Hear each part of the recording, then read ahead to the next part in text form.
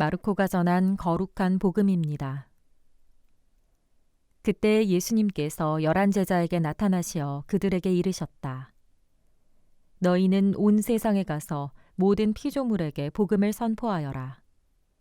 믿고 세례를 받는 이는 구원을 받고 믿지 않는 자는 단죄를 받을 것이다. 믿는 이들에게는 이러한 표징들이 따를 것이다. 곧 내 이름으로 마귀들을 쫓아내고 새로운 언어들을 말하며 손으로 뱀을 집어들고 독을 마셔도 아무런 해도 입지 않으며 또 병자들에게 손을 얹으면 병이 나을 것이다. 주님의 말씀입니다. 참 예수님, 이주영 신부입니다. 오늘은 믿음은 우리에게 무엇을 주는가로 묵상을 함께 해보겠습니다. 오늘 복음에서 믿는 이들에게는 이러한 표징들이 따를 것이다. 곧 내 이름으로 마귀들을 쫓아내고 새로운 언어들을 말하며 손으로 뱀을 집어들고 독을 마셔도 아무런 해도 입지 않으며 또 병자들에게 손을 얹으면 병이 나을 것이다 라고 전합니다.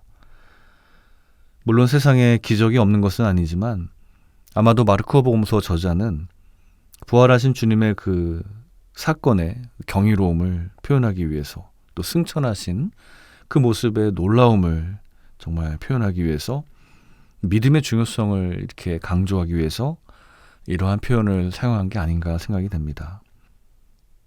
내가 얼마나 큰 믿음을 가질 수 있을지 혹은 내가 정말 작은 믿음이라도 갖고 있을까 우리는 반신반의할 때가 많습니다. 그런데 분명한 것은 믿음이 없는 세상은 참으로 불행하고 참담하다는 것입니다. 우리의 인간관계 또 세상살이 이렇게 살펴보면요. 살다 보면 배신이나 불신, 뒤통수를 맞는다 이런 거 경험할 때가 있죠. 이럴 때 얼마나 많이 어려워집니까? 정말 큰 상처와 실망을 느낄 때가 있죠.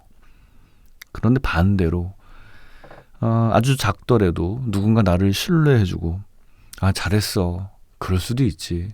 괜찮아. 나는 네 편이야. 이러한 든든한 인간관계가 있을 때 이럴 때 우리는 어떠한 역경이라도 이겨낼 수 있지 않습니까? 그러니까 믿음이 있어야 어려운 일도 이겨낼 수 있고 또 그 믿음이 있어야 누군가 얘기를 들어주면서 같이 좀 해결하기도 하고 아픔을 치유하기도 하고 또 우리를 분열시키는 그런 나쁜 생각들과도 싸울 수 있고 사람들을 화해시키고 모을 수도 있고 이런 것들이 사실은 믿음이 있어야 가능한 일들입니다.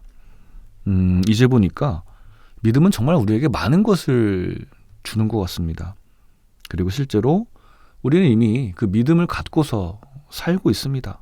믿지 않으면 살 수가 없기 때문이죠.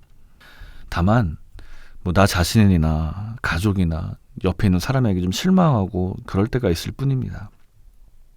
그런 의미에서 오늘날 우리 사회가 서로 불신하고 믿지 못하고 그래서 미움과 갈등이 많아졌다고 한다면 우리는 믿음을 어떻게 회복해야 될지가 대단히 중요한 과제인 것 같습니다. 이런 것들을 위해서 우리 사회 구성원 모두의 노력이 필요하죠. 현실의 부조리함과 불의함을 개선해야 합니다. 제도적인 노력도 당연히 필요하고요.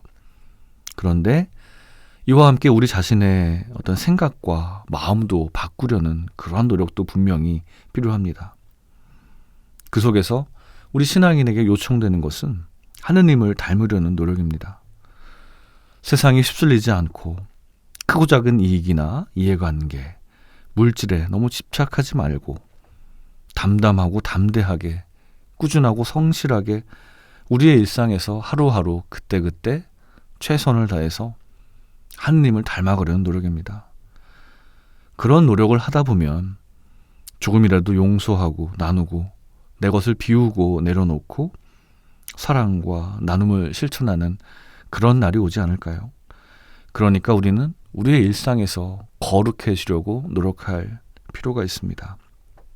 어찌 보면 믿음은 지도에 없는 길을 가는 것인지도 모릅니다. 하지만 주님께서 우리와 함께 하십니다. 내 안에 계십니다. 우리 모두 그런 믿음을 갖고서 웃으며 오늘 하루를 시작하면 좋겠습니다. 갈라디아서의 말씀으로 강론을 마칩니다. 이제는 내가 사는 것이 아니라 그리스도께서 내 안에 사시는 것입니다. 아멘.